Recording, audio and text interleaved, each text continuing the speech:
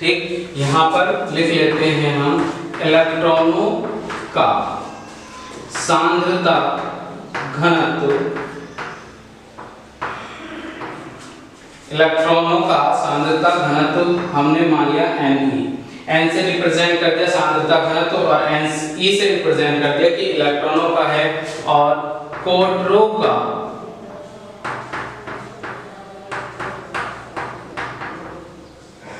सांद्रता घनत्व हो गया NH। ठीक, अब देखो बहुसंख्यक वाहक हैं, यानी कि इनका जो घनत्व होगा बहुत ज्यादा अधिक होगा कोटरों से। ठीक, और यदि इनकी मल्टीप्लाई हम कर दें, यानी कि इन दोनों की क्या कर दें, मल्टीप्लाई हम कर देते हैं, तो किसके बराबर आ जाता है, Ne.NH बराबर आ जाता है Ni का स्क्वायर। ठीक, और जहां हमारा Ni क्या होता है, निज अर्धचालक, जो हमने पहले पढ़ चुके हैं कि निज अर्धचालक हमारा क्या होता है।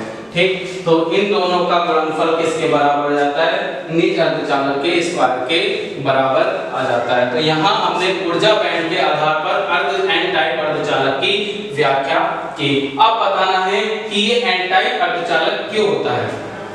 ठीक है, इसे एन टाइप ही क्यों बोलते हैं, तो एन मींस हम मान लेते हैं कि एन टाइप कहा तो एन मींस होता है नेगेटिव, नेगेटिव यानी कि माइनस। ठीक, और इसमें बहुसंख्यक आवेश वाहक कौन से होते हैं, इलेक्ट्रॉन, और इलेक्ट्रॉन पर आवेश कैसा होता है, नेगेटिव यानी कि ऋणात्मक होता है। ठीक है, तो बहुसंख्यक आवेश वाहक के कारण इसे क्या बोलते हैं, एन टाइप अर्धचालक हम यहाँ पर बोलते हैं। ठीक, अब दूसरे अर्धचालक की बात हम करें यहाँ पर,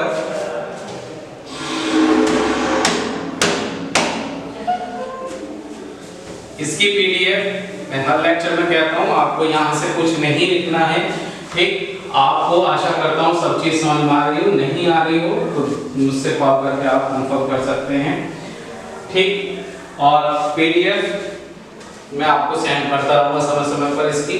ठीक है, जैसे जैसे लेक्चर हमारा चलता चल जाएगा आप पढ़ लेंगे, लेक्चर चलेंगे, अगले दिन मैं आपको इसकी पीडीएफ सेंड कर दूंगा। क्लियर है बात इतनी।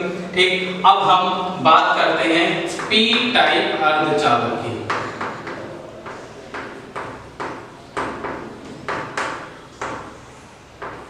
नेक्स्ट, बाह्य तथा अपद्रव्यी अर्धचालक का दूसरा पार्ट है हमारा पी टाइप अर्धचालक। ठीक, पी फॉर होता है पॉजिटिव, और पॉजिटिव किस पे आवेश होता है, कोटरों पर होता है।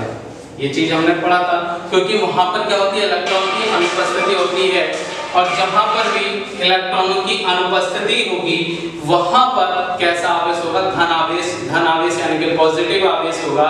ठीक है, यानी कि यहां से सीधा सीधा हमें पता चल जाता है यहाँ पर बहुसंख्यक वाहक कौन से हो गए, बहुसंख्यक आवेश वाहक कौन से हो गए, कोटर हो गए, और अल्पसंख्यक आवेश वाहक कौन से हो गए, हमारे इलेक्ट्रॉन हो गए। क्लियर हुई इतनी बात। ठीक है, अब क्या होता है कि जब हम किसी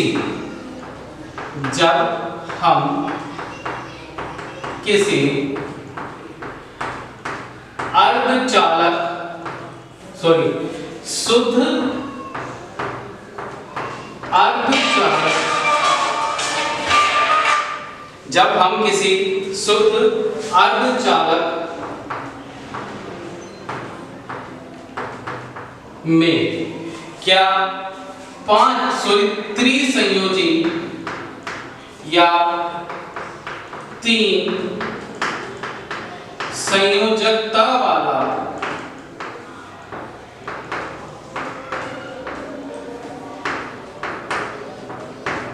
त्रिसंयोजी या त्रिसंयोजी पर संयोजकता वाला पदार्थ मिला दिया जाता है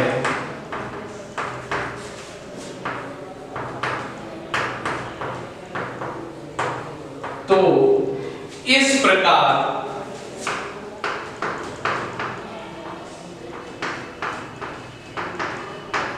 बने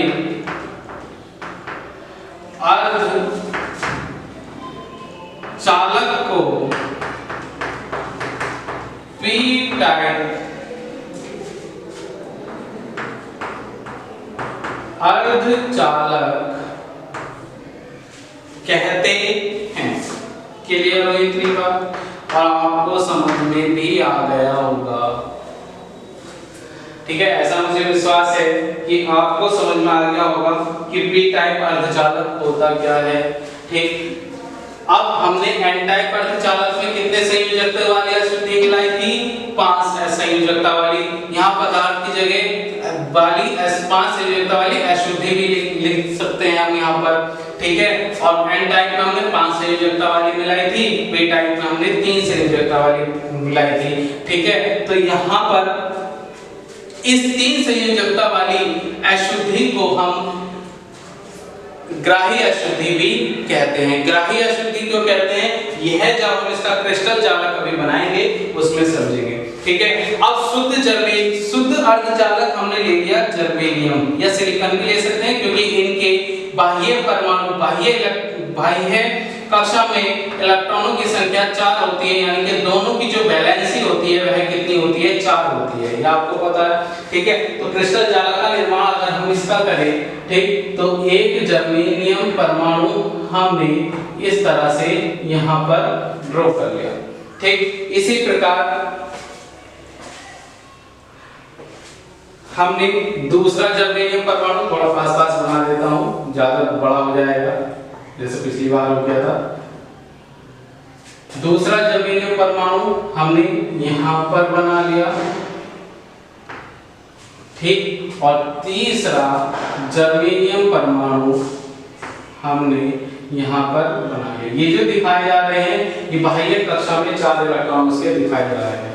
ठीक, और फिर उसके बाद एक जर्मेनियम परमाणु हमने यहाँ पर ले लिया। ठीक, और एक जर्मेनियम परमाणु हमने इस तरह से यहाँ पर ले लिया। ठीक, ऐसे ही एक जर्मेनियम परमाणु हमने कुछ इस तरह से ले लिया।